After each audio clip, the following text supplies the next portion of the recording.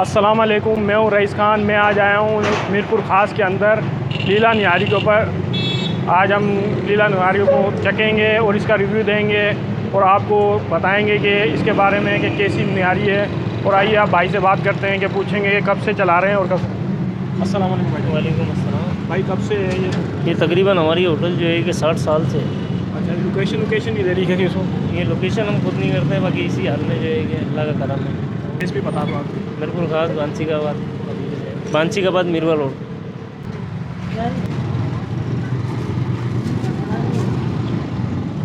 निकाल दो इनसे। थोड़ा सा जल्दी लगा।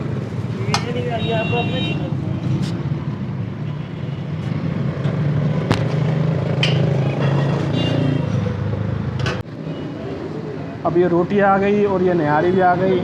अब ये पहला बाइट लेंगे और हम आपको बताएंगे कि वाकई टेस्टी भी है या नहीं।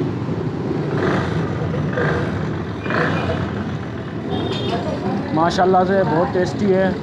आए और ये विज़िट करें लीला निहारी के नाम से। मीरवा रोड में आए और खाएं। कमेंट्स में बताएं। खुदा हाफिज़।